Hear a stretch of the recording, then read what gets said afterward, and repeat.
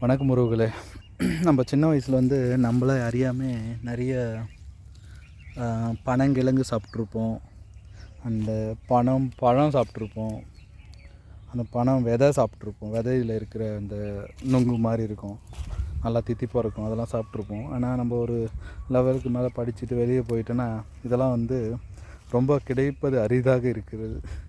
So நம்ம தேடி தேடி சாப்பிட வேண்டிய நிலைமைக்கு ஆகிடுவோம். ஸோ இதெல்லாம் நீங்கள் சின்ன வயசில் சாப்பிட்டுருந்தால் உங்களோட அனுபவத்தை ஷேர் பண்ணுங்கள்.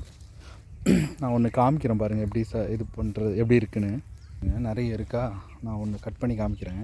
இங்கே பாருங்கள் எப்படி இருக்குது பாருங்கள். இன்னும் கொஞ்சம் சின்னதாக முளைச்சி வர சொல்லவே நம்ம எடுத்தோன்னா சூப்பராக இருக்கும். இது நல்லா கிழங்குலாம் வந்துச்சு, அதுக்கப்புறம் எடுத்தது. நம்ம படித்து முடிச்சுட்டு வெளியெல்லாம் போயிட்டு இது கிடைக்குமா அப்படின்னு எங்கே சொல்லலாம் தெரியும். இதோட அருமெல்லாம் ஃபஸ்ட்டில் ரெகுலராக சாப்பிட சொல்லலாம் தெரியாது. உங்களுக்கு யாராச்சும் இந்த மாதிரி நினைவுகள் இருந்தால் பகிரவும். தேங்க்யூ.